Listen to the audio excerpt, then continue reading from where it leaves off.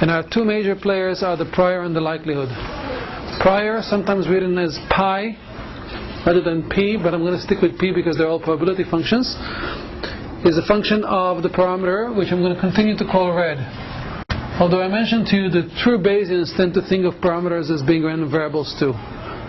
Just a radical idea to plant in your head. But it's perfectly fine for us to think about them as not as random variables, but as fixed but unknown quantities. If they're fixed, in what sense is there a distribution over them? Well, the answer is it's a distribution of our mindset, of our belief, rather than of the real value out there in the world. So this way of looking at it says that there is one correct explanation of the state of the world, and it's some theta. We don't know what that theta is, but we have our belief about the possible states of the world is captured by the distribution over p of theta. So I have a coin and I think there is some chance that it has a probability of 0.1 of falling on head, and some chance it has a probability of 0.2, and some chance of 0.5, and maybe it's even a continuous set of choices between 0 and 1, and I can assign a probability density function to my belief about what is likely to be the true state of the world. Okay? So it's red, but it has a distribution over it. Now, it captures our belief about the true state of the world before seeing the data. And there's one word here that's tricky that I didn't underline, and that's the word the. Before seeing what data? If I believe that a coin has such and such chance of having probability 0.3 of falling on head, I didn't see that coin being flipped. But I may have based my beliefs about the world on some other data or some other experience that I've seen before that may be more relevant or less relevant. Maybe I've seen many coins before. Maybe I worked in the coin factory. Maybe I have something else. So to say that the prior is not based on any data is maybe a bit too strong. It's not based on the data at hand. It might actually have been derived from your experience and from it could be a religious belief, in which case maybe it's not based on data. But it could also be a belief based on some other data that's not the data that we're discussing now. And then there's the likelihood, which measures you could think of it as the agreement between the data that you currently observe and any assumed state of the world theta. So the assumed state of the world theta is red, and the data is green. It's a random variable.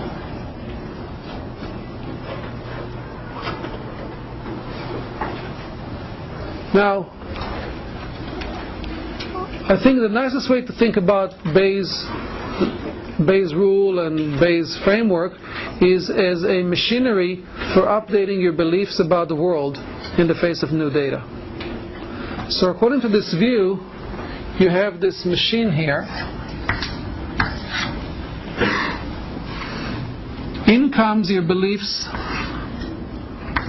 old belief, as captured by the prior.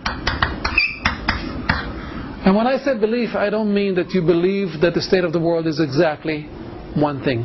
It's a distribution. Your belief captures a whole distribution of all possible states of the world. And this comes in,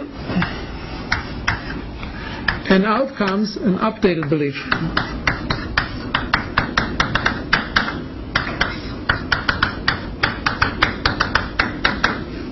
And what updates it is the data.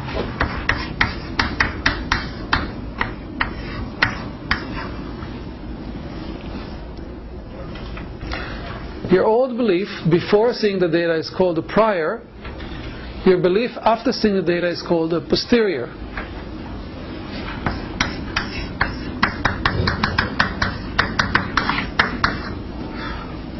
But in terms of mathematically, prior and the posterior are pretty much the same thing.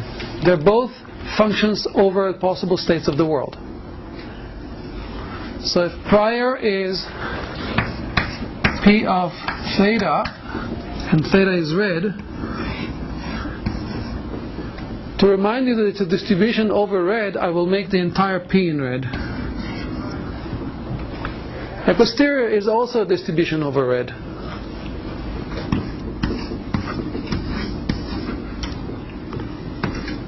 Except the one difference is that it's conditioned on whatever data you saw.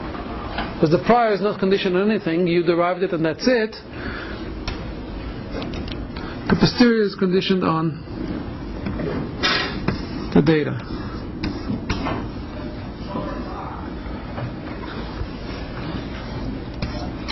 So Bayes statistics is one big machinery for converting priors into posteriors in the presence of data. Now, it's not just the presence of data, it also depends on the form of the likelihood function. So it's not just having data. You also need to provide the form of the likelihood function. So I should say data plus likelihood function. And by likelihood function, I mean the general form of it. Is it a Gaussian? Is it a binomial? Is it a decision tree of a fixed length? Some family. The actual parameter values of the family are not known. That's what captured in the theta. But very often we do make the assumption that the data comes from not only this theta, but based on some likelihood function. So it's the other way around. First we assume that there's some likelihood function, and that determines for us one or more parameters. Or it tells us that we need to know one more parameters to fully specify the state of the world, and then these parameters are captured in the theta. Mathematically, Bayes' theorem is consistent in the following sense, that if your prior is correct, in some sense of correct, and the interpretation I gave you of prior was of belief, so in what sense do you say your belief is correct? But let me take that back. Not if your prior is correct. If your likelihood function is correct,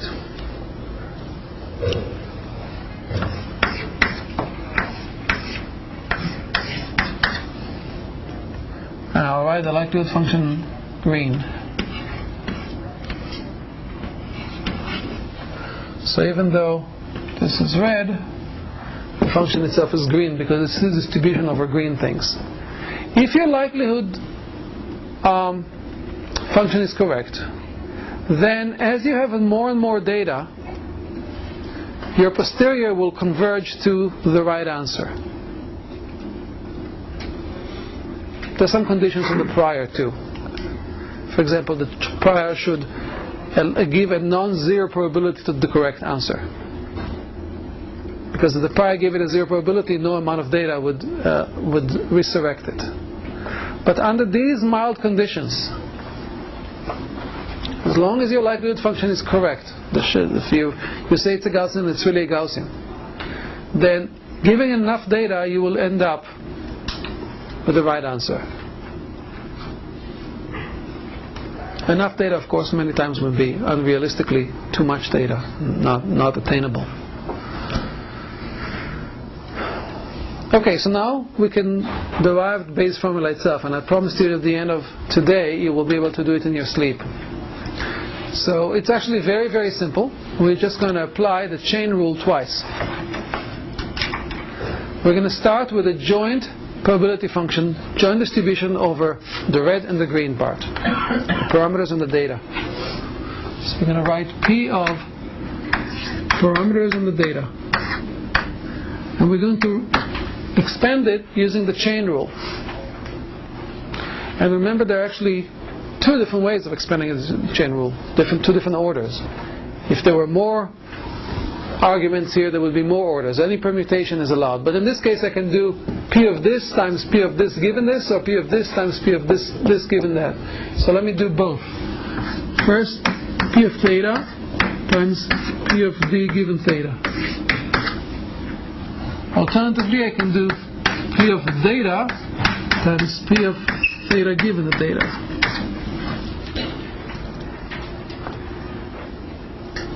Okay? I can do both. Now, you should be able to identify here our familiar friends. What's this? Prior. What's this? Likelihood. What's this? That's the posterior. And this we have not encountered before. It has a name too. It's called the evidence. That's well known. Now we said that Bayes is a machinery for producing posteriors given priors and likelihoods, right? So all we have to do is isolate the posterior. This is what we want. So we will isolate it. P of theta given D equals this times this divided by this. The theta times P of theta given theta divided by P of theta. And this is Bayes' formula.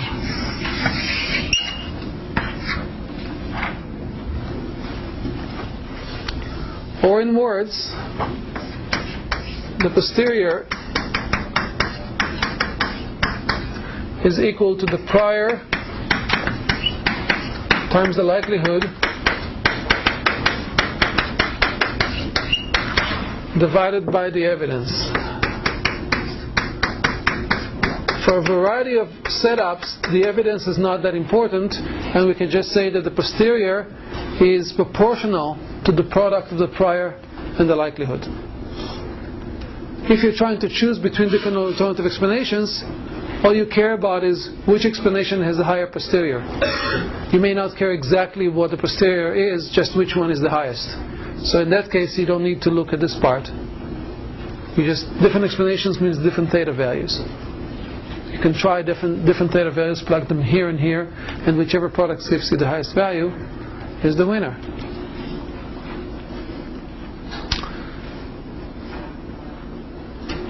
Now, how do we calculate, if we do want to calculate the whole thing, how do we calculate the evidence? The evidence can be calculated with an expression that's very similar to what's here in the enumerator.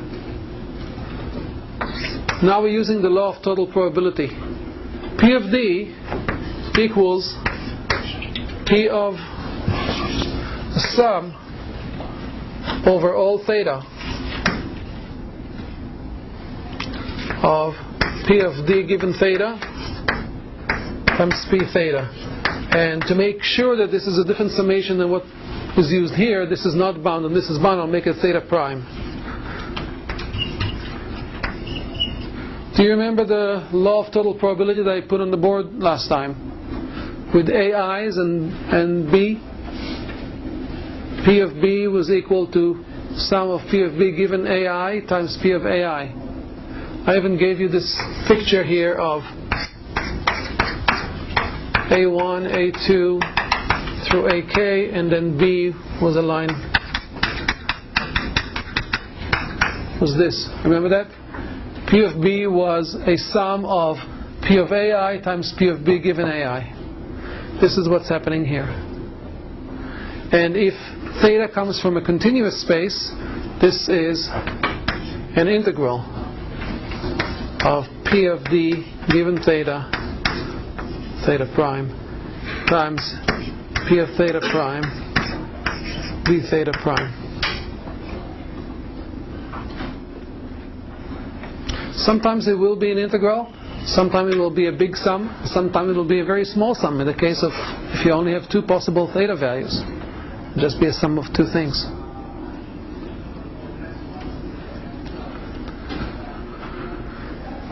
Let me emphasize the colors here, so that you know that there are really two kinds of beasts here.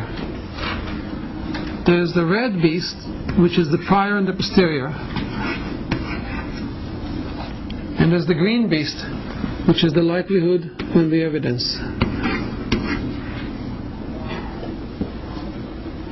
When you look at the conditional probability, what matters to determine what kind of beast it is what is being, the distribution of what is being modeled, not what it's conditioned on.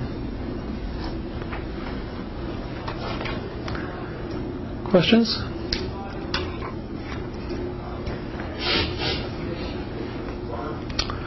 Okay, so we have a general mechanism for converting priors into posteriors.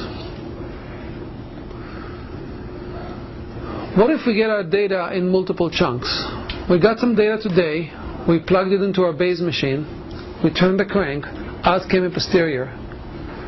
But then somebody comes and says, wait, I have some more data. What do you do now?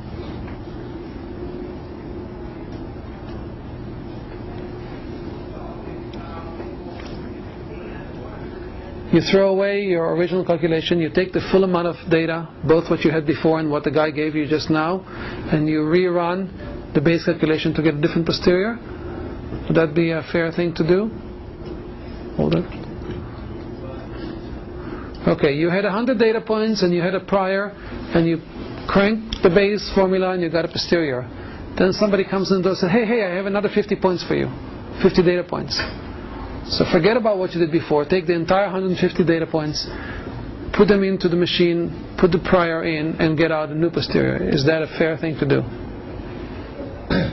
No, why not? You could just take the posteriors prior again. But I was asking you for what I'm suggesting is fair, namely, would it give you the result you want? I hear some yeses. Somebody wants to say a no?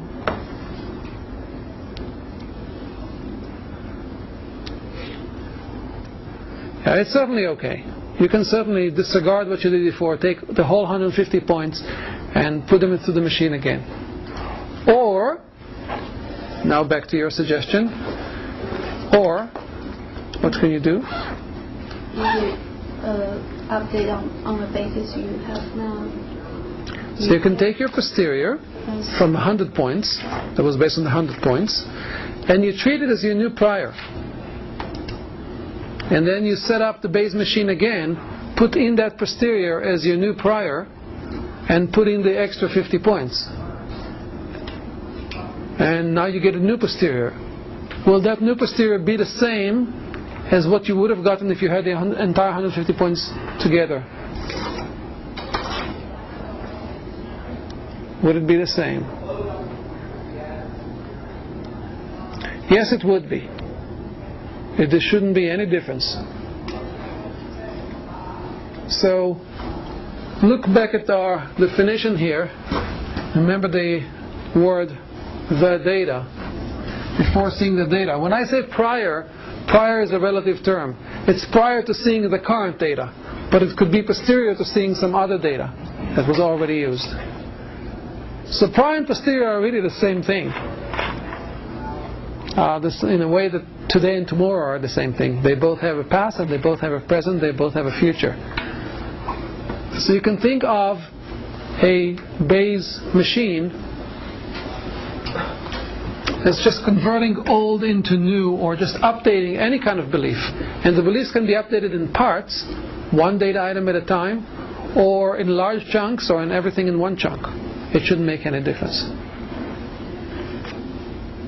Tom? This is probably somehow implicit, and I'm just not quite getting it. But when you consider the prior and your data, there's sort of a weighting between how important each of them are. Mm-hmm. So, for example, if you had prior based on 1,000 data points, and you had one more data point, your posterior shouldn't change very much if you use the prior based on 1,000 data points. So, where is it that in this equation that small data sets only update the posterior a small amount, and large data sets update the posterior a large amount? So I'm not sure we understand the question. There's a certain amount of weighing of the prior and the data, as you can see it here in the equation. How do you weigh them, and what's the difference between applying Bayes equation to a single data point or to 1,000,000 data points? There should be, intuitively, when you have 1,000,000 data points, they should change the prior more than if you have a single data point. Does that more or less capture what you want to say? Yeah. Okay. Agree? Disagree? That 1,000,000 data points on average should change the prior more, should produce a significantly more different posterior than a single data point? You disagree. Why? Not the single. I'm sorry? Well, if you have single point, your rule might not be able to have a good prior. But if you have, let's say, 100 versus a million, a million should not produce a different prior than 100. Provided 100 is... A million should not produce a different prior, you mean a different posterior? Is that what you meant? Yeah, posterior than 100. Prior later, I guess. Well, let's think of a case of a coin. You have a coin that you have no reason to think is biased or not biased. It could be, its true probability of head could be anywhere between, say, 0 and 1. You flip it 100 times. You get some number. Or you flip it 1,000,000 times. Do you think your posterior should be different for these two cases? Suppose in both cases 75% of the flips ended up in the head. Now you produce a posterior. Remember, posterior is not a single guess. It's still a distribution over all possible values. If you only flip the coins 10 times, well, that won't work with 75%. You flipped it 12 times, and you got 9 heads. You have 75%. Your posterior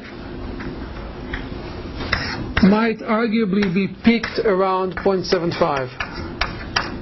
You might think it's more likely that it's 0.75 than any other number. But it could be anything else too. In fact, let this be your prior. 0 to 1. The prior is flat. That means any probability of head is as good or as likely a priori as any other. After seeing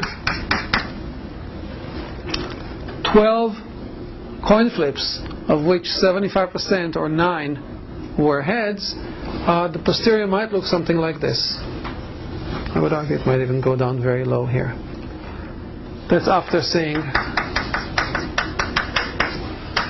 12 tosses. Now what if you saw 1,000,000 tosses and 75% of those were head? What do you think your posterior would look like?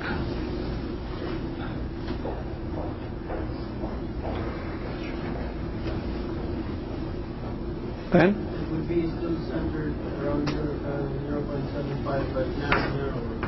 It would be centered around 0.75, but narrower. I would argue it might look something like this. It will be a really sharp peak here. Actually, it will be even sharper than I'm showing here. It will be a very, very sharp peak, because 1,000,000 is a large number. I hope you have that intuition. If not, you can try to work it out with the formula. But going back to Tom's question, where here do you see the impact of the amount of data on the balance between the prior and the posterior? And the answer is, it comes in here. The likelihood function produces a much larger dynamic range if you have a lot more data.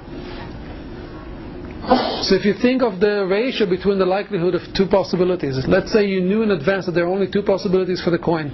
It either had a probability of 0.75 or a probability of 0.5 of producing a head. Either it was balanced or it was exactly 0.75.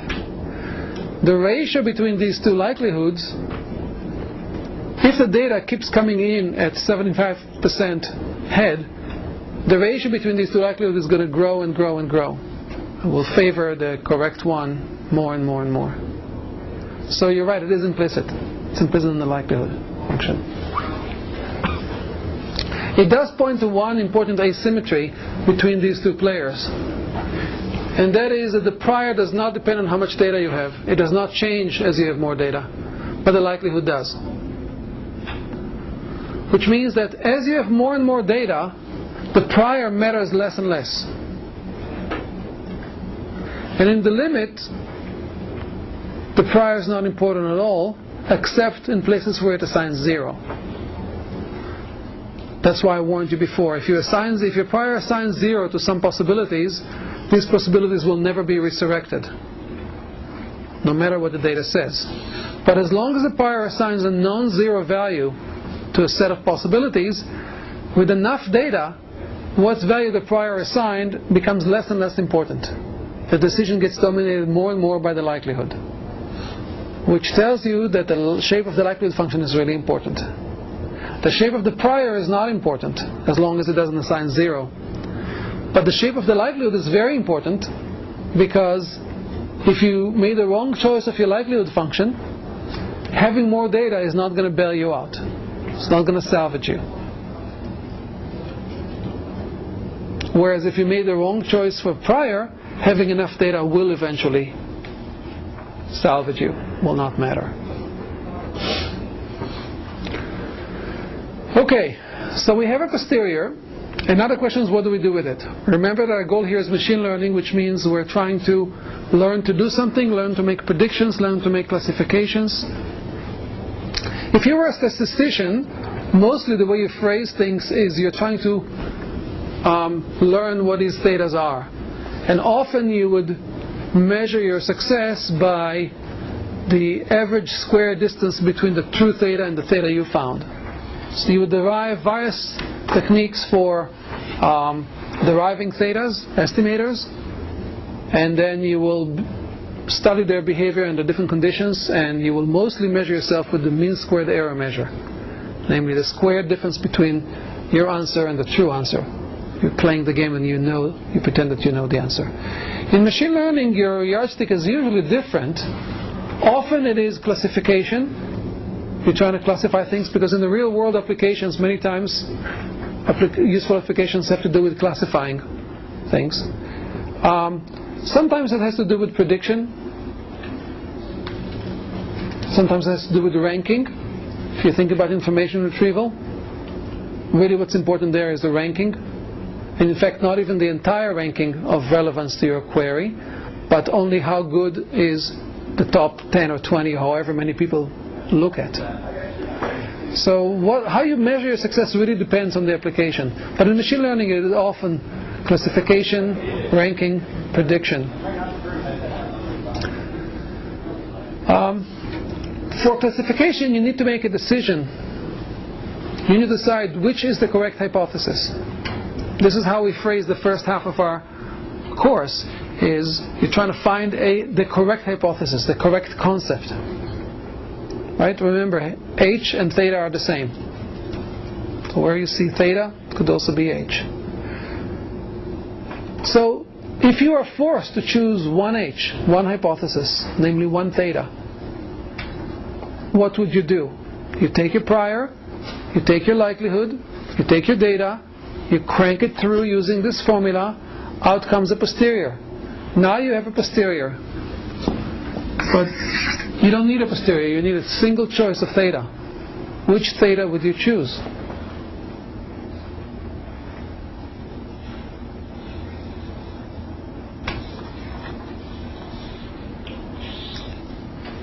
So here, after throwing 12 coins, you have this posterior. Now I'm forcing you to give me as an answer a single theta value. Guess the probability of head. What would you guess? The first thing you should do is be reluctant to comply. Namely, keep in mind that guessing is not a great thing and that you don't really know the answer. Okay, so that's something to really keep in mind. But assuming I'm forcing you to give me an answer, what would you give me? Louder? Come on. Okay, give me the number. What would you choose here? 0.75, you put the highest point. That's reasonable. So you look at the posterior and you give back the answer as the maximum. It's not the only answer you can give, but it's a reasonable answer to give. What other answers can you give?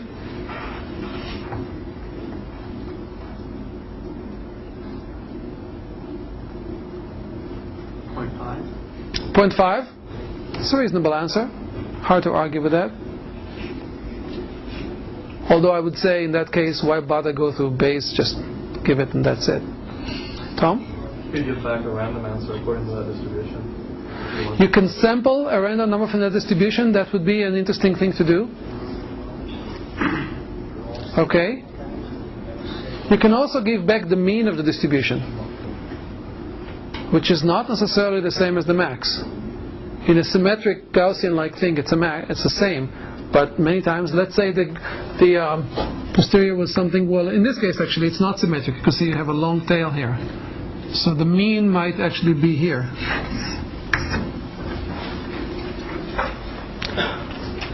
Yeah, comment? The mean might have a probability of 0.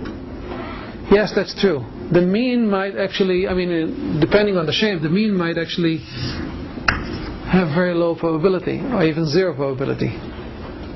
Whereas the max, at least we know, has some. That's true. So the question is, what are you trying to optimize? If you're trying to maximize your chance of being correct, which one should you choose? The maximum. Although you would argue that in a continuous distribution your chance of being correct is 0, regardless. Right? Because a single number, the chance that you will get to write a single number in a continuous distribution, it has a volume of 0. It's just a density. But if it's not continuous, if it's discrete, then choosing the maximum gives you the highest probability of being correct. If all you care about is correct, not correct. If what you care about is average or mean squared error, you may want to give something else.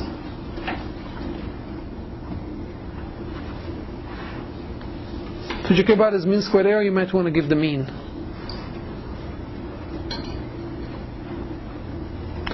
And if you don't have access, if you cannot calculate the max or the mean, you can do this very nice idea of just sampling from it. The advantages of sampling from it is it could be easy computationally, could be easier than finding the max or the mean, and it's likely to fall in the area with a lot of masses. So it's likely to give you a good answer. Maybe you sample several times on average. So it all depends what you're going to use it for. By far the most common, the most popular thing to do is to give the max. And when you do that, it's called the maximum a posteriori solution.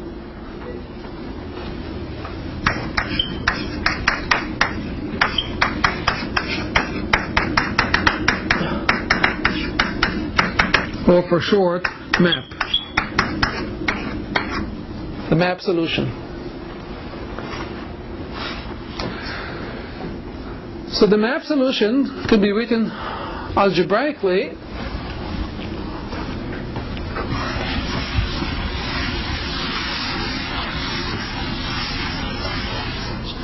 as follows. Theta map is, and it's an estimator, so we'll put a hat here to tell us it's an estimator. First I'll write here the posterior, P of theta given theta. And now I want to find that one theta that maximizes this posterior. Do you remember the notation for that? It's called argmax. Argmax over all possible theta values of this thing. Argmax means try all possible theta values, and when you find the largest one, try all possible theta values and evaluate the value of the posterior, and when you find the largest value of the posterior possible, report back not that maximum value, but the theta that gave rise to that maximum value. I'll spell it out in terms of the entire formula. Argmax over theta of P theta times P of theta given theta divided by P of T.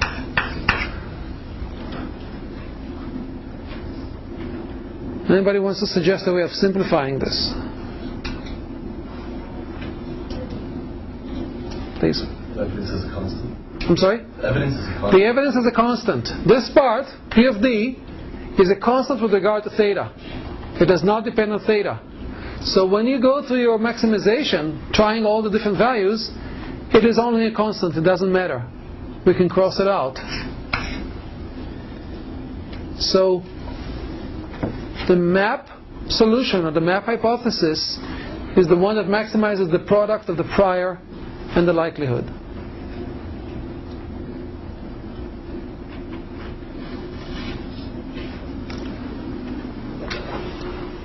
Now, in the case of a uninformative prior, or more accurately a flat prior, a uniform prior, suppose our prior was uniform, as was the case with the coin. A uniform prior means P of theta is always the same number regardless of what theta is. If it's a discrete set of values, it will be 1 over the number of values. If it's a continuous set, it would be 1 over the size of the interval that it's distributed over. But it will be a constant. So what happens then? If theta is constant, or if P of theta is uniform, then this is a constant also.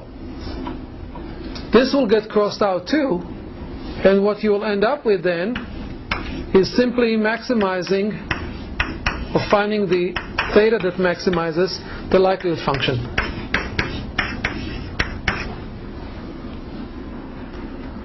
When you're in that situation, the answer is called also theta maximum likelihood.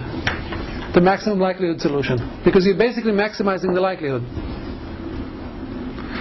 So the maximum likelihood solution is also the map solution in cases where the prior is uniform. Why is that case important? Because many times we have no idea what prior to use, and we use a uniform prior. This leads us back to the philosophical debates between Bayesians and non-Bayesians. Many times non-Bayesians say choosing a prior is arbitrary. I don't want to do anything arbitrary. I will use a method that does not use a prior. And the Bayesians will say to them, well, actually, you are using a flat prior, you're just not admitting it. And that corresponds to some assumption. And as I pointed out to you, a prior that's uniform in one parameterization may not be uniform in another parameterization. So there is an arbitrariness to it.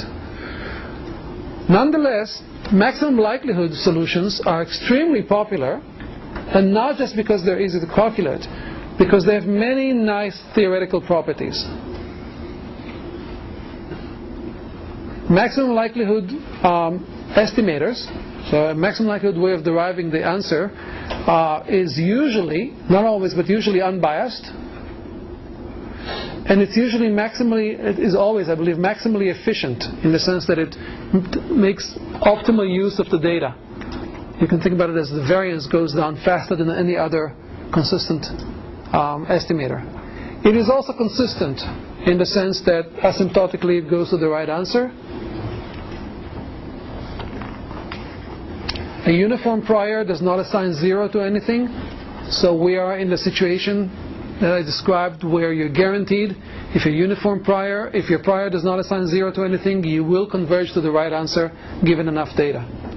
So maximum likelihood will converge to the right answer given enough data. So maximum likelihood is a very, very nice principle. And very easy to derive often. So let's do it together.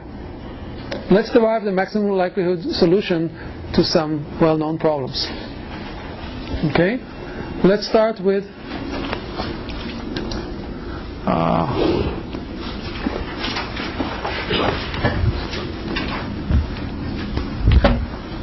our favorite friend, the coin.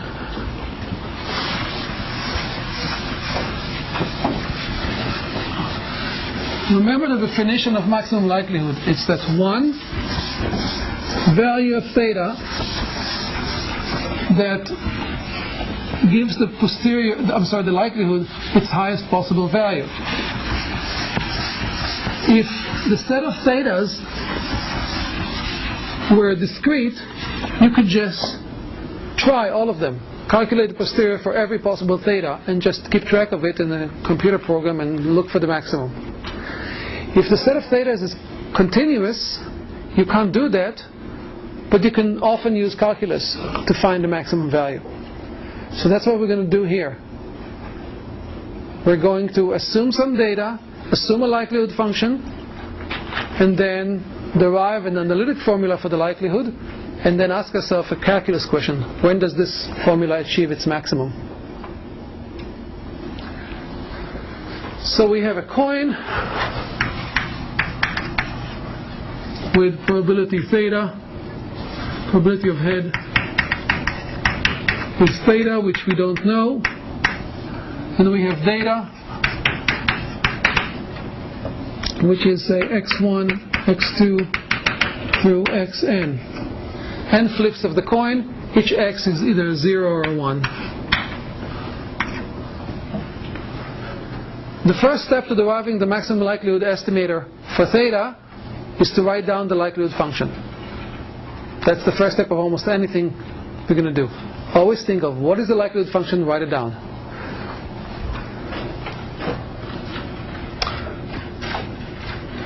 The likelihood function, give the data, this is data, give the data given theta, is product of P of each one of the xi given theta. Because we assume that the coin was flipped independently each time, the outcome of the first flip does not influence the outcome of the second flip, except to the fact that it's the same coin, it's the same theta. So this is IID.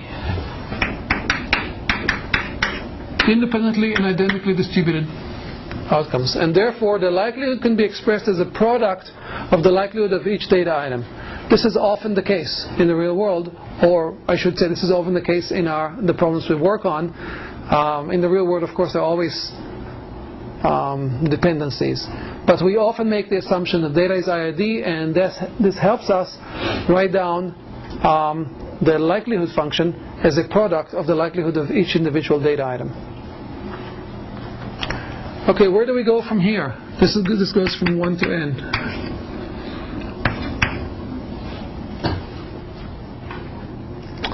We can separate these into how many of them fell on head and therefore got a 1, and how many fell on tail and therefore got a 0. Let's say k fell on head. This means that for k of the cases, we would get probability of theta,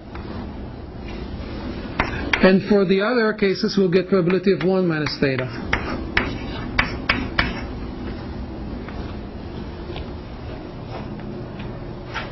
This is the likelihood that the model assigns to a particular sequence that has k heads in it.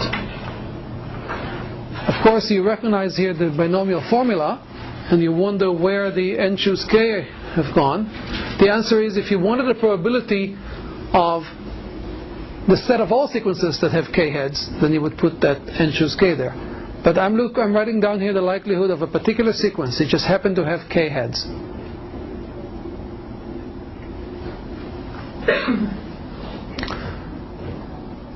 I'm done. I'm done with statistics. The rest is calculus. Now I have a formula that depends on theta. It's a function of theta. Find which value of theta gives you the maximum, and that would be your answer. We're going to do it together, but I just want to point out, from here on it's calculus. So there are several tricks that we often use. The first trick is, instead of finding the maximum of the likelihood, we're going to find the maximum of the log likelihood. Whatever maximizes the likelihood also maximizes the log likelihood, and vice versa, because it's a monotonically increasing function, log. The reason we choose log is because often the formula for the likelihood has a product in it, as is the case here. When we take the log, it becomes a sum. If we had applied the log here, this would be a sum of logs. Well, I can apply the log directly to this, and it's called the log likelihood, which sometimes we write with LL. The log likelihood is a function of theta is k times log theta plus n minus k times log 1 minus theta.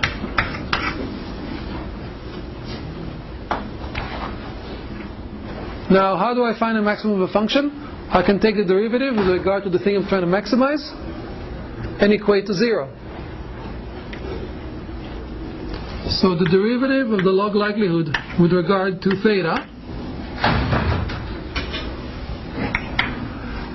is k times the derivative of log theta is 1 over theta, right?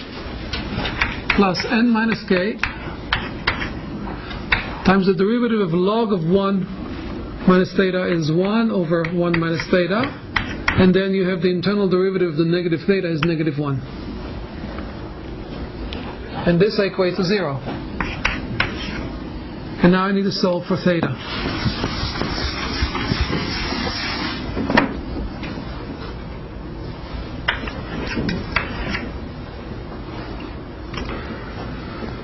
To solve for theta,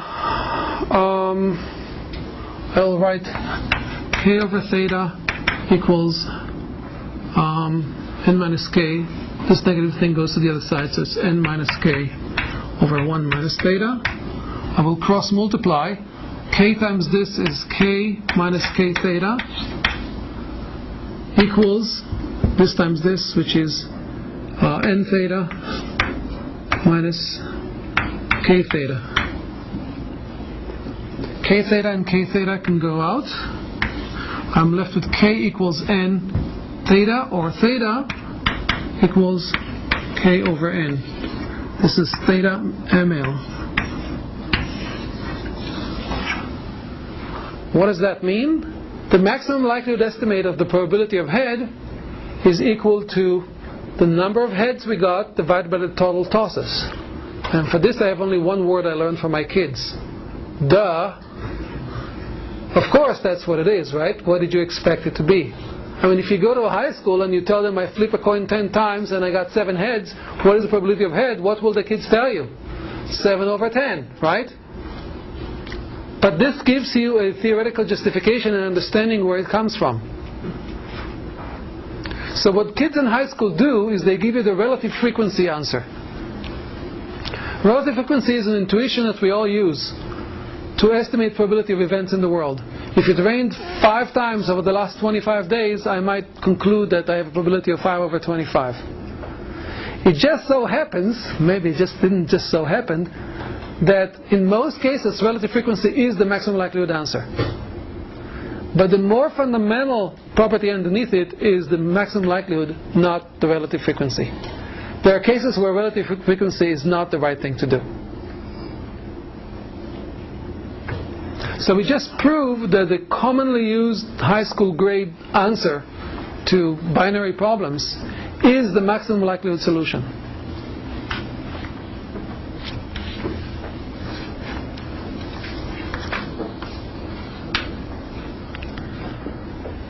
Okay, it is equally easy to derive a similar in a similar way the maximum likelihood estimate for the mean of a Gaussian. I'm not going to do it in class because I want to move on, but I'll set up the problem for you and you can do it, and maybe we'll add it to your homework because we have this in your homework and it's already similar enough.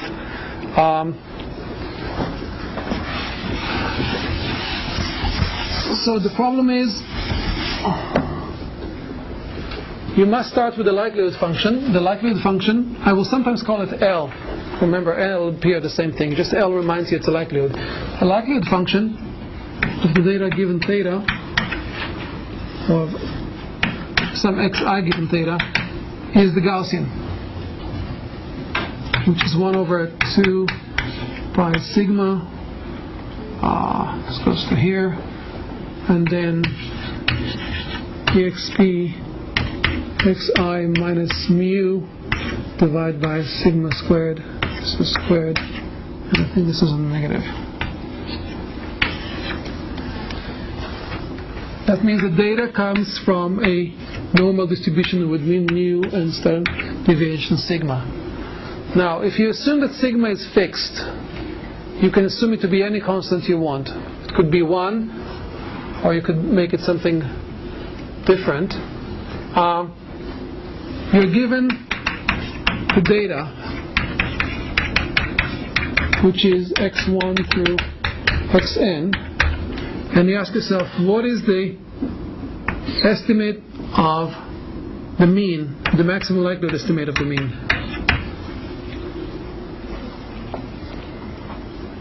Do you want to guess what it would end up being? If you were given a bunch of data points and were told they came from a Gaussian with a mean, with a standard deviation of 1, what is the mean? What would you do?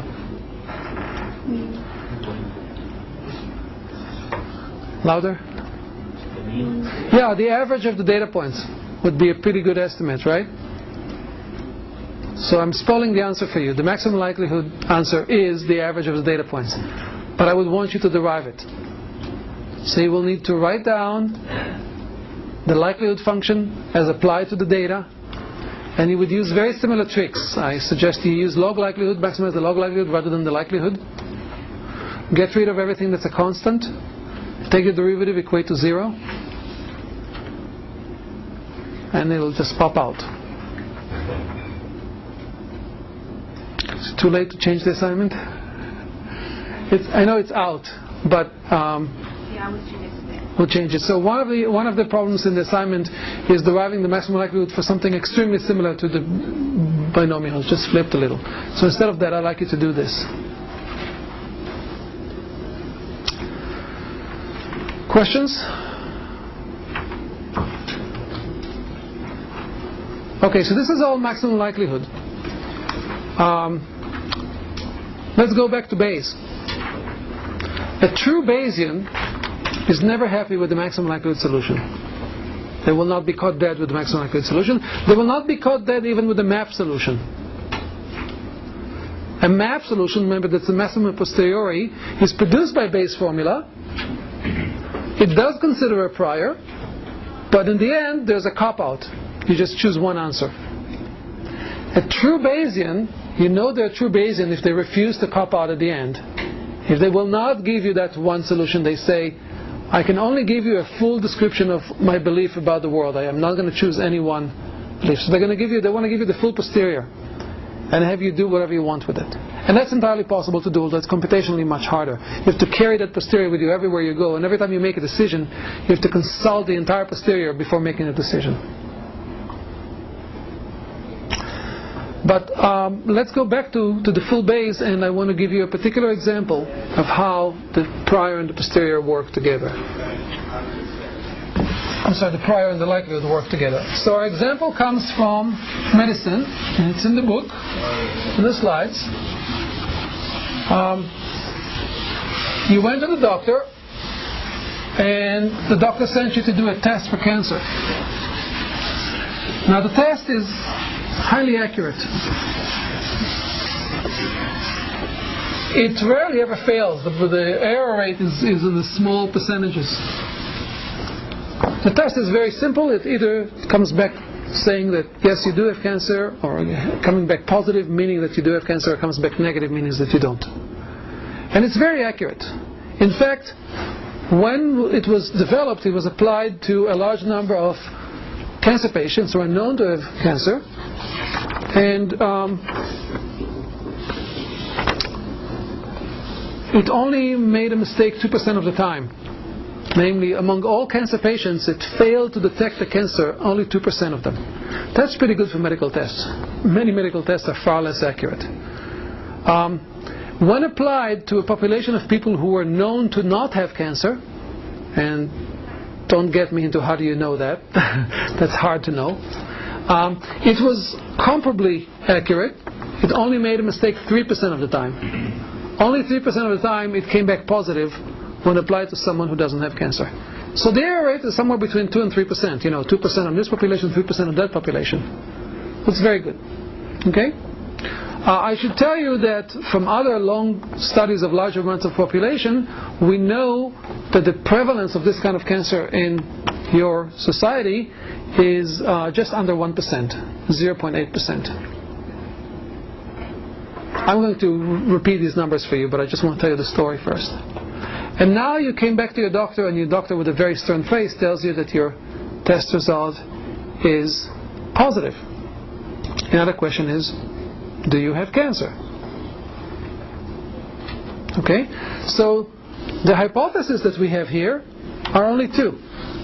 As opposed to the case we discussed before with the continuum, there are only two hypotheses here. Have cancer, don't have cancer.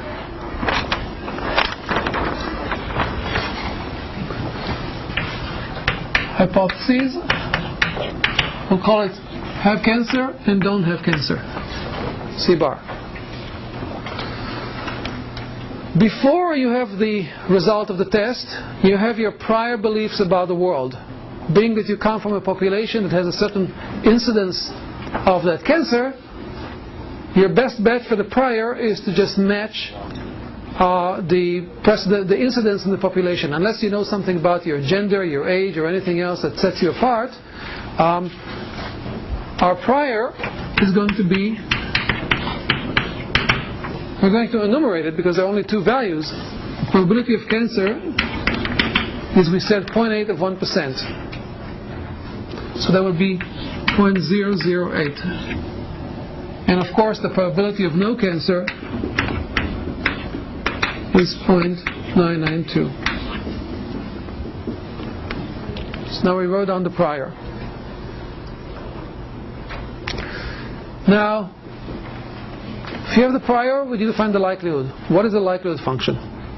Likelihood function is two parts. It's the likelihood of the data given the theta, the hypothesis.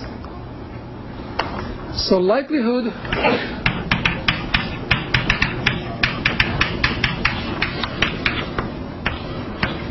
of data given theta. How many possible values of theta are there? Just two. Cancer, no cancer. How many possible values of data are there? Just two. Positive and negative. The test came back positive and negative. So we can summarize the entire likelihood function with a 2x2 table. The 2x2 table is going to be as follows.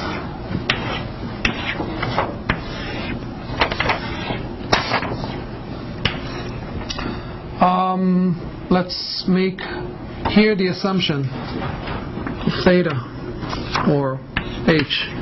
Here's going to be cancer, and here's going to be not cancer. And here's the data, the outcome from the test. It could be negative or positive.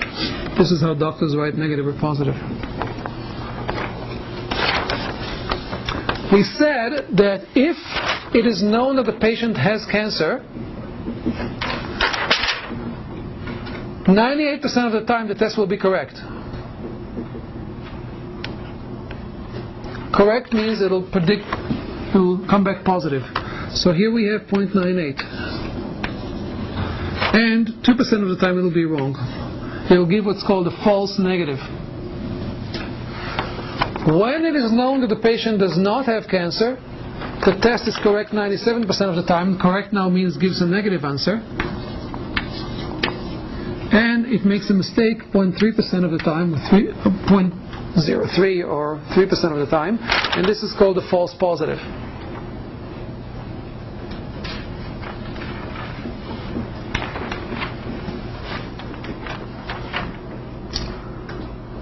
In general, when theta and the input space or the data, possible data, are discrete, you can write the likelihood as a table. Now our goal is to find the posterior over the two possible hypotheses, given that the test came back positive.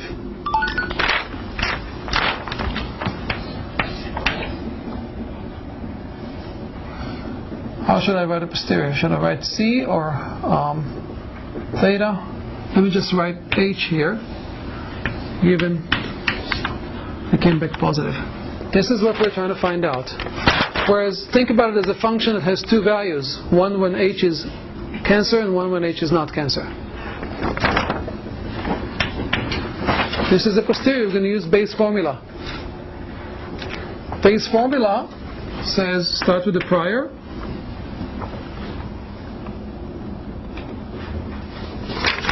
Let me do this. Just change the notation a little bit. To make it simpler, I want to calculate the probability of cancer when I have a positive test and the probability of no cancer when I have a positive test. Of course, it's enough to calculate one of them. The other one is 1 minus that. So I'm interested specifically in knowing my probability of cancer. Given the test set is positive, I'll now use Bayes' formula. I'm going to apply here the prior of having a positive test times the likelihood of getting a positive test given, assuming that there is cancer. And now I have to normalize it by the probability of having a positive test.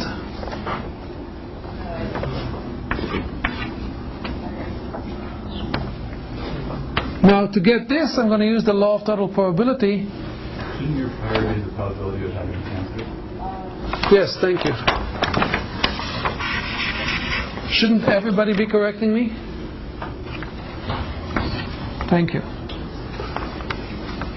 Okay, I'm going to copy this. P of C times P of plus given C.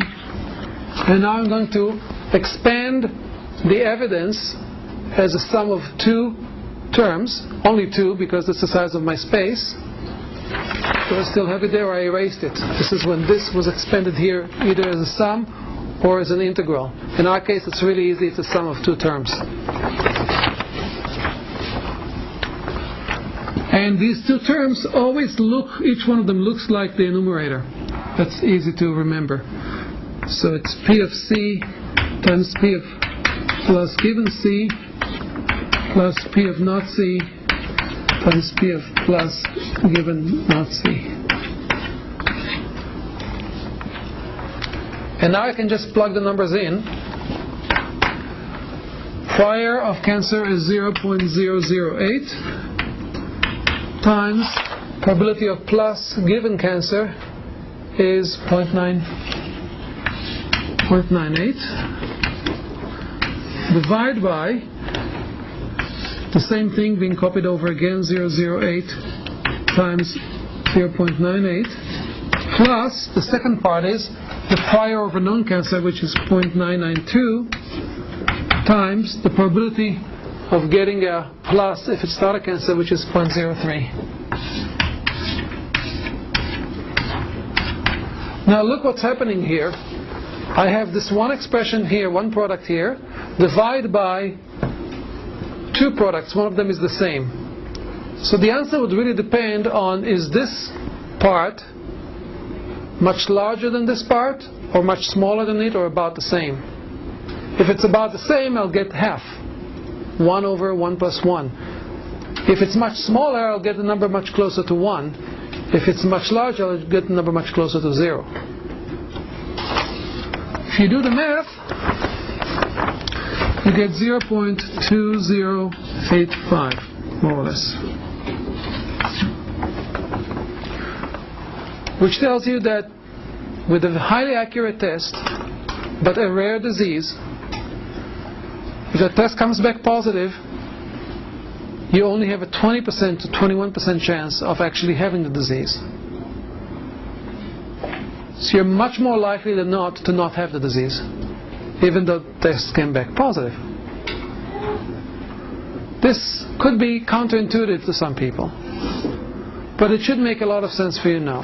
What happened here was a race between the prior and the likelihood, and the prior prevailed. One way of thinking about this race is you look at the ratio of the prior of the two hypotheses, and you look at the ratio of the likelihood of the two hypotheses. If you look at the prior, the ratio is heavily in favor of not having cancer. It's 0.992 versus 0.008. If you calculate that ratio, it's very heavily in favor of not having cancer. If you look at the likelihood, the ratio is very much in favor of having cancer, but not quite as strongly as the prior. So going back to the point you made, Tom, this is an example of where the data is not enough to sway far enough from the prior. Now this is not a hypothetical example. These kind of numbers are very realistic. And that happens in the real world all the time. What is a doctor to do? They can sit, I'm sorry? They can sit you in their office and tell you about priors and posteriors, but that's not going to go very far. They can tell you that you got a positive test from a highly accurate, positive result from a highly accurate test, but they still don't believe it. That's not going to be understandable either. They could say that there was a lab error. That ever happened to one of you? They could say it was a lab error, or that you need to come back for another test, or that they're not sure, or it's inconclusive, or something like that. And they will be right not to alarm you too much, because you still do have only 20% chance of having the disease. In fact, a doctor does it again and again and again. If they keep track of all the people who came with a positive test result, 80% of them will end up at the end not having the cancer. This is not a theoretical exercise. It is true that you are much more likely to not have cancer than to have it. Then again, you're much more likely to have it than if you had a negative test result. You jumped from under 1% to 20%. So what do? As was suggested, you run another test. When you run another test, you can run the exact same test, in which case we have a choice. As I mentioned at the beginning of class, we can take the output, our posterior, which is 0.2085, and here it's 0.7915, just sums to 1. You can take this posterior and use it as your new prior for a new test. This time the ratio of the two priors is much more modest, it's just 5 to 1. And you pass it through another test, and if the test comes back positive again, I think it'll reverse the odds. Or you can throw away this calculation and go back to the original and say, now I have two tests, so there are 4 possible outcomes. Plus plus, plus minus, minus plus, minus minus. You can write down a likelihood table for all 4 possibilities. It will not be 2 by 4, it won't be 2 by 2, it'll be a 2 by 4 table. 2 hypotheses, 4 possible outcomes. And you can do this calculation once and get the posterior based on the 2 test sets. Which one is better? Which one is accurate? Going from the beginning, or taking your posterior and pretending it's a prior? They're the same. They will give you the same identical result. Use whichever you want. There's another thing you can do, and that is, okay, Tom, go ahead. Well, there's sort of this assumption that the 2 test errors are... Okay, so that's where I'm going. Why are tests sometimes wrong? There could be a variety of reasons. The test could be wrong because the lab screwed up. Sometimes as simple as switching the names of the patients who were tested. The test could be wrong because some people don't produce the biological marker that they're looking for. In that case, if you run the same test again in the same patient, they will again not produce that marker. It was something intrinsic to the patient, not to the test. Or the test could be wrong because of contamination that happened once and it's not likely to happen again. What you might want to do is run a different test. Ideally. A different test, because a different test is the patient is not likely to have the same idiosyncrasy with regard to the marker used by the second test. If you don't have a different test, maybe you run the same test in a different lab. Because whatever quirky thing happened in that lab, maybe it's not likely to happen in a different lab. But Tom brings up a very important point. If you run the same test in the same lab with the same patient, then the cause of the error may still be there. And even if it's not guaranteed to repeat the same error, you might argue that it may be more likely to repeat the same error. Or another way of looking at it is to say that the outcome of the 2 experiments is not independent.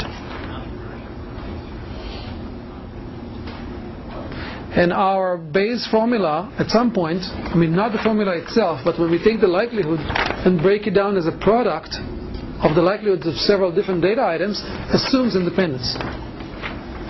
So if you're not sure they're independent, you have to be careful with the formula.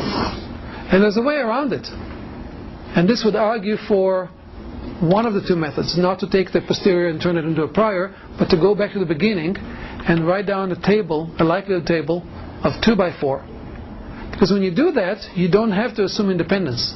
In fact, you could, in principle, study the distribution of two successive tests coming from the lab and write down a likelihood function that assigns different likelihoods to plus, plus, plus, minus, minus, plus, and minus, minus based on empirical evidence.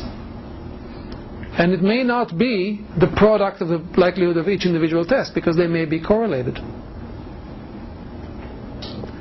So having correlated data does not kill Bayes. The formula is still valid. It's just that you have to be careful how you calculate the likelihood of a large amount of data. If the data is correlated, you need to take it into account in your likelihood function. So I'm going to ask to add one more thing to the homework, and that is let him go through another example.